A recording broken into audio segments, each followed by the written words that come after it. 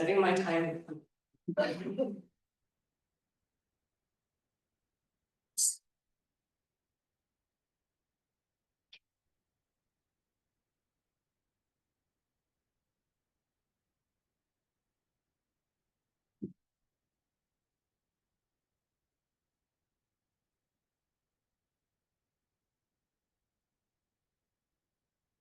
Good morning. Good morning.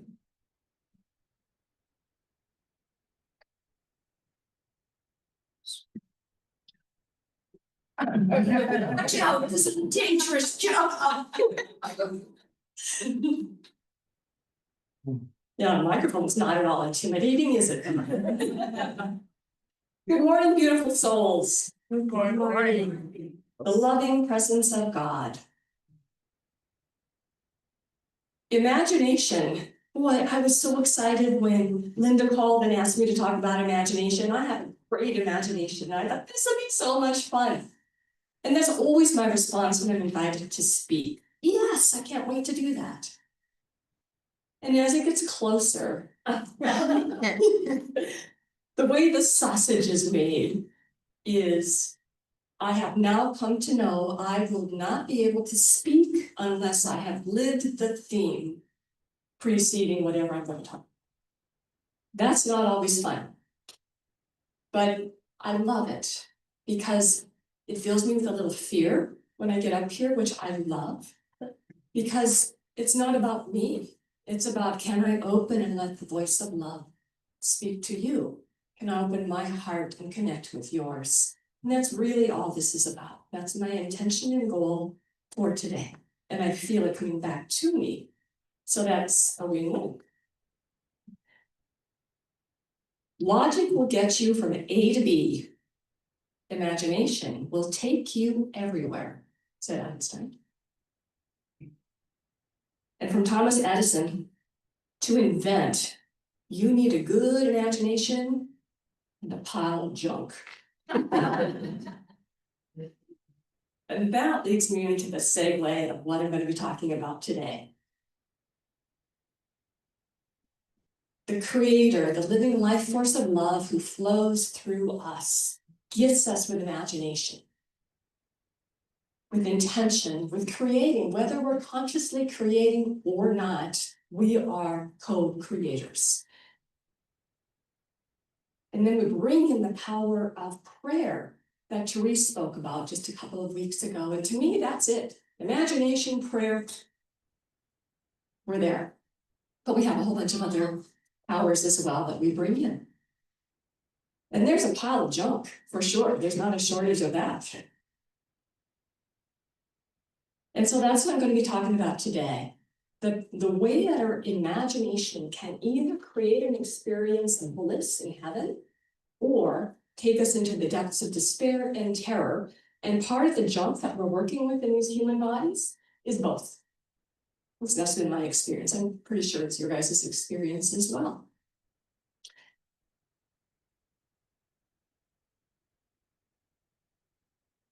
Children have the very best imaginations, and Susan Gunn really spoke about the joy and the wonder of childhood last week. It's in childhood that our programming is downloaded for the work of our lifetime. We bring in our karma from past lives. We also bring in the programming from our mom's lineage and our father's lineage, and what we perceive that to mean about us, and take into our bodies, our unconscious mind, so that from that lens, that perception, we interpret our experiences of the world so that it triggers the wound that we are here to overcome and to master. So our childhood programming is the work of our soul's evolution. And I like to think of it as going from the swamp of wounded victim to the pinnacle of wounded healer.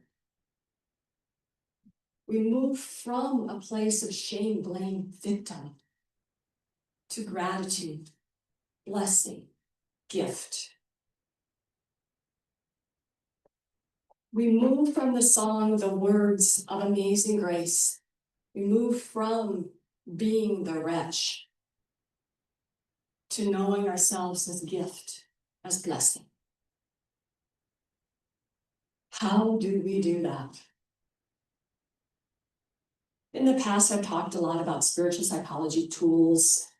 I'm not going to do that now, but we do turn to our spirituality. Those of us who are here, our rock is whatever we perceive our spirituality tool. And our spirituality was formed primarily from the ages of 0 to 7. It doesn't stay there, but it's formed there. It's still the roots of who we are. The three of us go back to those experiences.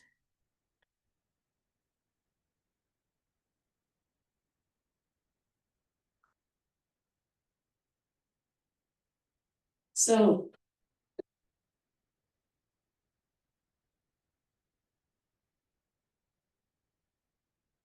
what were those beliefs that you grew up with in your earliest childhood years, from 0 to 7? What was it like for you? You may not have grown up in a religious home at all, which is fine, but there was something that you downloaded about what gives your life meaning, what we turn to.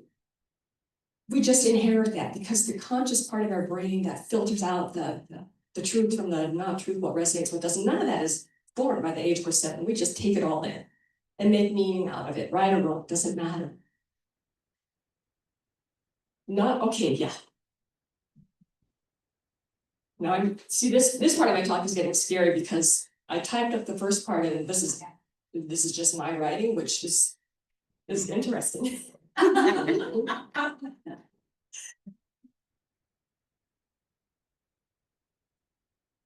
So to help you to tune into what you took from those earliest years about the meaning of spirituality and what the anchors, the rock of your life is, it's like the lens that we're looking through to see past. So I'm going to ask you, when you're praying, do you sometimes catch yourself praying to a God out there? There's no right or wrong about it. But do you pray to a God that's out there? Do you catch yourself stuffing down negative emotions? Because things like anger, rage, jealousy, well, they're not religious, they're not spiritual, they're not from God. Can't own those. Except we all have them. Do you find yourself ever giving to the point of exhaustion? Because we're here to serve. It's better to lose one's life for a friend than to possibly be selfish and arrogant. Do you ever feel guilty for saying no? Do you ever ponder what it means when you say rote prayers from childhood? For instance, bless us, O Lord, for these thy gifts. No right, no wrong. But what do the words mean? Who are you praying to? What are you asking for? Where and what is God to you? I've shared so many stories. I'm going to share a little bit more today about my own personal life. Most of you know that I grew up in a very religious family. It was authoritarian, it was patriarchal, and it is where we found our identity, and it's where we found fun. I remember one of our favorite games as kids. There were a couple, certainly, but we used to play communion. We would get white bread, and we would probably get like a loaf of bread. There were 4 of us kids, and we'd smush it, and somebody got to be the priest. And the rest of us would come up and then we'd have to open our tongues and be very obedient and religious and get communion. That's how formed, that was very much a part of who we were. Later, my brother and I, who were always drawn to the paranormal, now we're talking about 5th grade, we would do seances in the garage. Certainly it was secret, and certainly we were trying to keep my sister Mary, the tattletale, from finding out. But we would go into the garage. There were 4 of us, neighborhood kids, And somebody would have to read the obituaries, so we would have a name to call back. We had a call sign. You know what I did?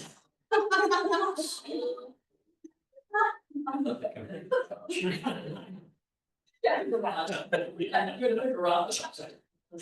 And then we were very, very serious. Of course, as fifth graders are, and we call in the deceased, and one day the wind blew and terrified us. We never did that again. That reveals a few things from my childhood. A, it's secretive. This was not Catholic teaching, you don't do seances, but we were drawn to it. And second of all, we hadn't been touched by death, it was a game. It wasn't sad. So we got to have fun with it.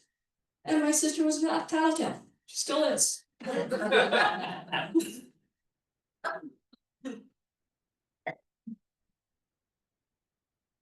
As I grew into my early, what was I, late teens, early 20s, the whole religious bug that had been with me from childhood just anchored even more firm. I was a rising sign in Pisces, that might have something to do with it, I don't know. But I was wired for spirituality. And so I decided I was going to not major in nursing that I had been groomed to be for my career and go into theology, because I wanted to be the heart and the voice of God in the world and really work with high school kids. So much so that I fell victim to a cult. Basically, it was a Catholic cult. Didn't know such things existed, but I found one as it was a part of my growing up years. And I was giving my power to this person, Dave Prevatelli, who had the gift of prophecy. So we were told. And the prophecy that came through is that we were supposed to go to California and start an order of priests and nuns ministering to the homeless kids on the streets. And I was ready to do it. So there's a lot to that story, but just to say this, I was so wired for Catholic spirituality and such a heart of service and belonging. They go together for me. And then when I was 23, I had a near-death experience, as you know. And while some people do have near-death experiences where they visit Jesus and it's very clearly Jesus who talks with them, I did not. What I awakened to was a maternal energy of love. It was motherly love. And the part of it I'm sharing with you today is that the sensation was that she had enfolded me, wrapped me into her arms, without my body, but there was me connected with everything else, and her wrapping her arms gently around me, showing me where I was off track. And that's when I got the 7 downloads that I'll share with you in a moment. There was absolutely no judgment, none. But she was course correcting me in the same way that a mother holds her 3-year-old when, or probably even younger than that, when they're just learning how to put on their shoes and they put them on the wrong feet. You know, it's like whatever errors we have in our life, that loving maternal energy of love holds us with such tenderness and says, hey, let's take these off. This is not right. This is not going to take you where you want to go. This is not loving. We're going to change. Let me put these shoes on for you in the right feet. And then she sends us off to live our life. It was very much like that for me. Not anything from my past. In the words that came down to me, there is only love. You are love, which means you cannot not be lovable. We are one. You matter so much more than you know. Religion got it wrong. They put God out there. They made a heaven and hell. They taught us to be wretches. It was a power over. And they taught us to fear God.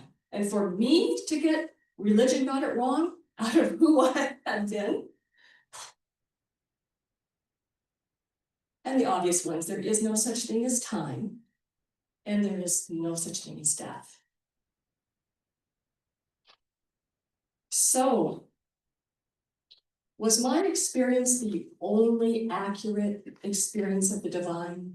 No, absolutely not. Never. If anybody ever tells you I've got the truth, run from that person. The universe speaks Joan. The universe speaks Nora. The universe speaks everybody. It speaks our language. It knows what we need to understand that it exists and loves us and calls us forward. So however, whatever language, it could be the thine. It could be wherever you are. To just know, oh, this is the whisper of God. And you know it because it lights you up. It expands your heart. And often there's a lovely experience that goes along with that. That is transformative. There is no going back. Experience changes lives, not information. But information can prepare the soil for the experience. And I'm oftentimes lightheartedly made fun of because I'm never out of school. I'm always in school. And I can say for sure, I got curious about that. It goes back to my near-death experience. It was such a transformative experience, and the mission on my heart has always been to help people awaken to who they are and their value, rooted in this. But I didn't know how to do that. And so I'm constantly seeking what are some practical, tangible ways that I can help people see through my eyes their value. How can I be a clear mirror? I haven't got there yet, but I'm not giving up. There's always some other way to help learn how to do that better. Okay, let's see. I'm gonna check here how to do it. See how much to keep in and how much to let go. I always have it for a whole workshop. It's how we Irish feed people too. There's always way too much food. Okay. I do want to share with you this author that I've recently discovered. And Janine knows about this author. Neil Douglas Klotz, or Klotz, I don't know how you say his name. It is dense. I actually don't recommend this book unless you're really prepared. Yes. But there's so much packed into it that just a few words, I mean, literally, this is one that I can read like a page of and have to set it down and just kind of absorb and hear it with. I'm going to just share a little bit. Now, what's the name of it? This name is The Revelations of the Aramaic Jesus. He's got several. And he just recently published one sometime within the last year. It's like 40 days with the Aramaic Jesus that's supposedly just really light. I'm going to tell you about that one too. And it's equally dense, but also very good and challenging in the very best ways. An example of how our childhood prepares us for our life's work. He was born to, it's either a naturopath or a chiropractor. And so very progressive on the one hand, but his progressive parents wanted him to be able to fit in to the culture. They were also Polish and spoke a couple of different languages. He grew up bilingual, and then he was educated in Missouri Synod Lutheran, very conservative background. Baptist Church of the Lutheran. Yes, exactly. We've got some Missouri Synods in here, former, right, ultra conservative. That gave him the fertile soil for him to grow up and have the curiosity to explore the Aramaic version of Jesus. And he's done so much scholarly work because I'm not going to go into all that. That will take up my time. Okay, so, but he has studied the Aramaic, and Aramaic is what Jesus spoke. And Jesus was a village teacher for the most part, talking to other people other Jews. The gospel was taken to the Greek and other world through his disciples. And how we ended up with today's, what we call the Bible, is a very interesting process. I'm going to just leave it there. But he has gone back and studied the Aramaic words. And this, Susan was talking about creation stories last week. So once upon a time, long ago, There were two forces that arose from a prior mystery. One force wanted to extend itself, spreading without limit. The other force wanted to find itself. From these two forces, all other linked polarities arose, wave and particle. Here we are, quantum physics. Light and darkness, day and night, self and other, I and you. The field is not limited to biological or human life, but includes the livingness in minerals as well as the unseen world. Sound familiar? There is only one force. Let's see, there's another couple lines here that I want to share. The way that the Aramaic people perceived life, there wasn't any duality. They thought of each other predominantly through sound. They interpreted the world through sound. Most of them were illiterate, right? So they told stories, they made sense of the world through sound. And they were in tune with the stars and the earth, and they thought more of we than me. And it wasn't until Descartes, I'm not sure how you say his name, Descartes, came around and separated body, mind, soul, which we've been living out of, which is not a bad thing. All this evolution gets us to where we are. We went from a we to a me, now we're moving back into the we, aware of the me. Did that make sense? Yes. Okay. Another point that Klotz shares is that the word evil meant cut off from. Thinking about a vine, think of a vine of tomatoes. And evil, and the understanding of what Jesus was teaching about, meant it was either not ripe enough or too ripe, or totally cut off from the vine. It's not this nonsense that we think of as evil. It's just that we're cut off from the flow of love that wants to live and emanate through us. So here we talk about the wholeness within us. That's the only place we have control over. And we could say that evil is anything within us that we fragment off. All of those things that we judge as bad, shameful, things that we don't want to admit to, and we keep inside ourselves.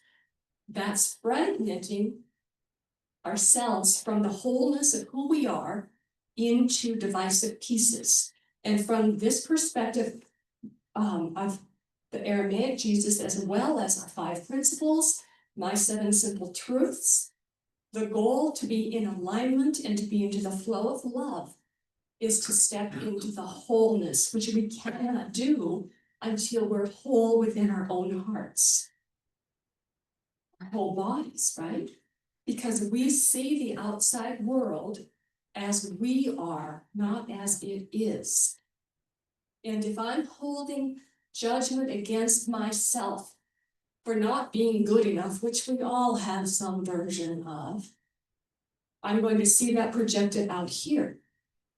If I'm holding a truth that I'm going to run out of money, I'm going to create circumstances out here to make that true. We're so powerful.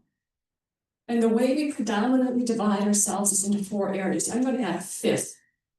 Relationships, money, health.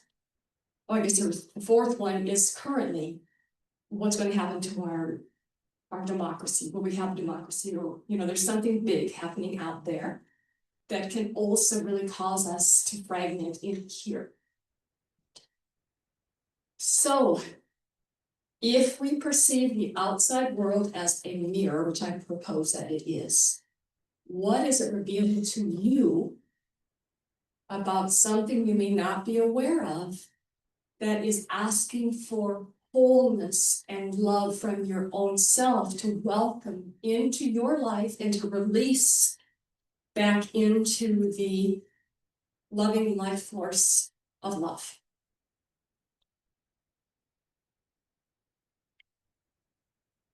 I come from a family of people who were really poor.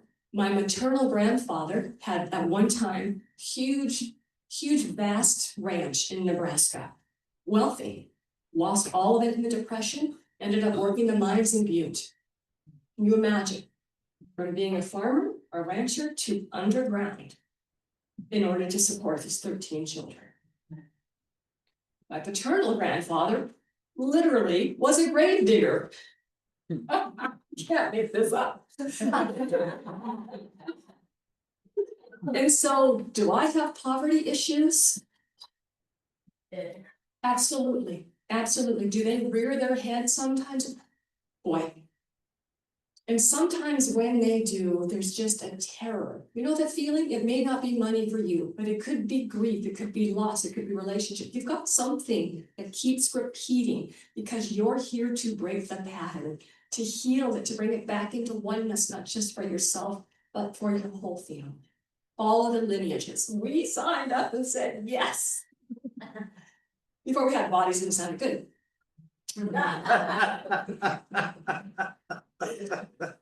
So my opportunity is to, first of all, I'm now going to call that out. I've been using Teresa's talk this last week so much. I am a divine child of God and I do not inherit poverty. I encourage you to do that too. Whatever your struggle is, I am a divine child of God and I do not inherit fill in the blank. And then do the work, right? Do the work of loving that peace while taking action to change the circumstances of life. If it's heartache, you did not inherit loneliness. There are people around you waiting to meet you, to love you. Just have to give yourself permission to open up to it. Whatever it is for you, you do have what you need to tap into the oneness, the life force that can heal that. And that's where the mastery comes from. That's what takes us from feeling like a wretch. That's just an awful word. I just think that's an awful word. But it's very descriptive and we know what that means. And it is the grace of God that helps us to step out of that, to love ourselves back into the wholeness of it. And we cannot do that alone and we have to do it alone. It's a both and. We need one another. We need shining eyes of love to remind us who we are when we forget. When the icy terror of fear is moving through us, we need somebody to tell us, I believe in you.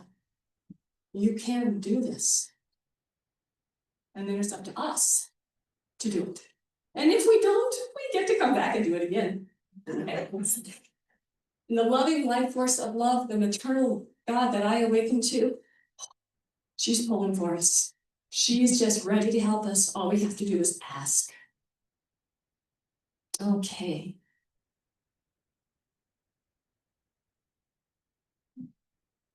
My notes here.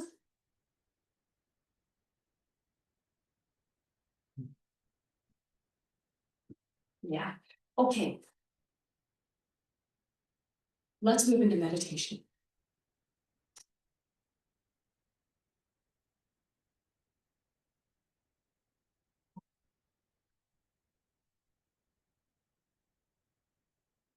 Before you close your eyes, I'm going to read a poem called The Guest House. This being human is a guest house. Every morning a new arrival, a joy, a depression, a meanness.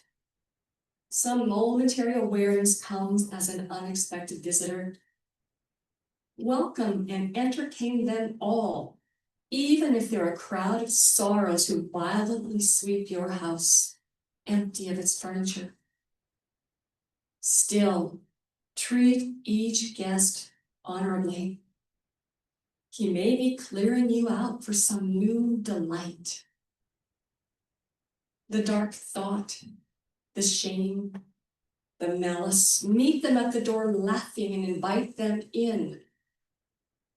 Be grateful for whoever comes because each has been sent as a guide from beyond. So now I do invite you to close your eyes if you're comfortable with that. Allow your body to feel itself. Where you end the outline of your body, feel your feet on the floor connecting with earth. Feel love above you, in the space around you, and imagine that it is the most ideal version of maternal love. Whatever your mother was like, whatever her failings were, I assure you there is a maternal life force of love who adores you. You can flip that around to paternal, or you can make it gender neutral. But you are right now enfolded in love. So I invite you to take a breath, inhaling that love. And let it go, adding your own love to the breath that we share.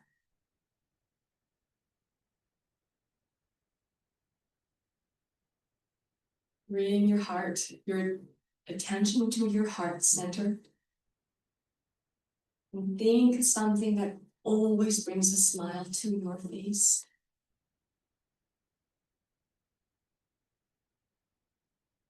Child, pet, your garden, your love. Just allow that to come forward in your heart. And as it does, imagine there's a golden light emanating from you. It fills your whole body. Every cell. Loving that cell. Loving your body. Knowing it's a guest house. You're here for a little while. And what a journey it is, and what a precious little while it is.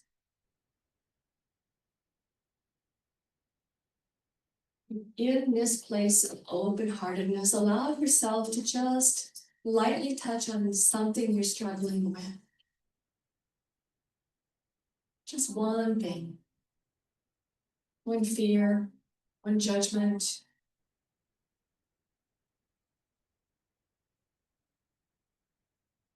And can you imagine or feel where that is in your body?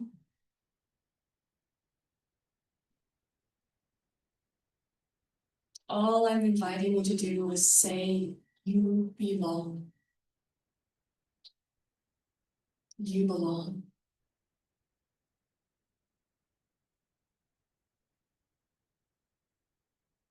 Let's see.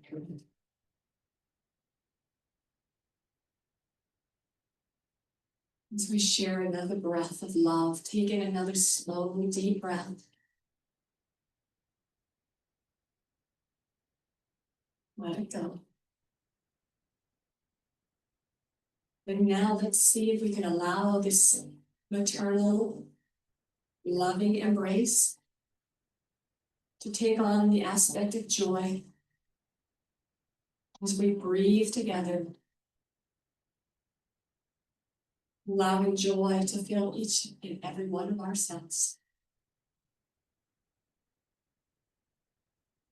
And release that.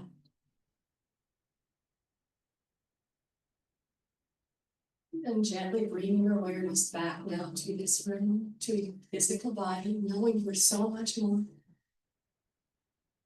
And when you're ready, open your eyes.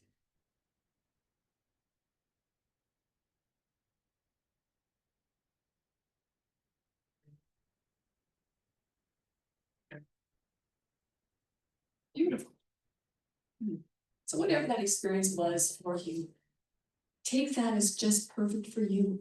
We all have these experiences different. Take what resonated for you today, leave all of the rest. Because the loving life force is speaking to you and will continue to do so in a way that makes sense to you. That's why so many of us talk. We're all different. Okay. Now you're moving to so good. Okay. Perfect, perfect, What? perfect. Oh. You know, wrong stuff.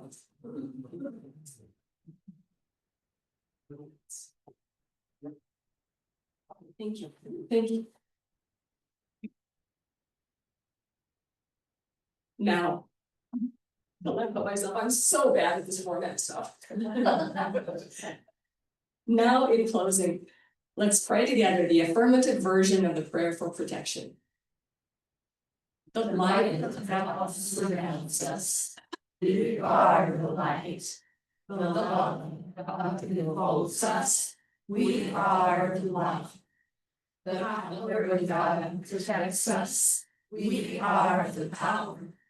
And the presence of God washes over us. We are the presence. Wherever we are, God is, and all is well. We are one.